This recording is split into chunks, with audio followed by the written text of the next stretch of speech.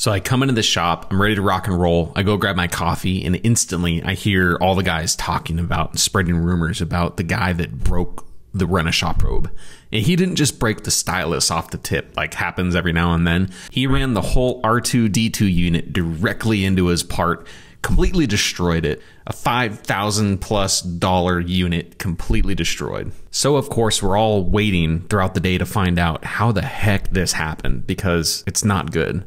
Come to find out, this guy tried to hide what he did. He went into the controller and was trying to manipulate data to make it look like he didn't break the probe, that there was some mistake within the machine that didn't do what it was supposed to do. If you don't know this, you should. But at any time you can go into the controller and it records every single keystroke, and you can look at the history of what's been input into that machine at any time. This guy did not know that, apparently. So management and everybody knows exactly what happened on that machine. And that led to this guy's demise, because after a quick investigation, they found out what he was trying to do and they fired him immediately. This whole incident took place early in my career as I was learning to become a machinist, and it led to a very valuable lesson: to always own your mistakes and try to come up with a solution to never make that mistake again.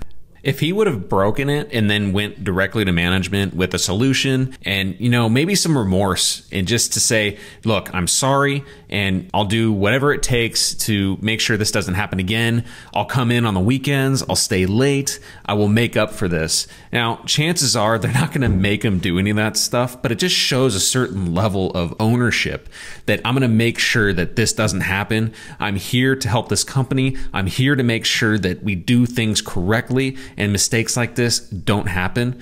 If he would have taken that approach, chances are he would still have his job, but he didn't.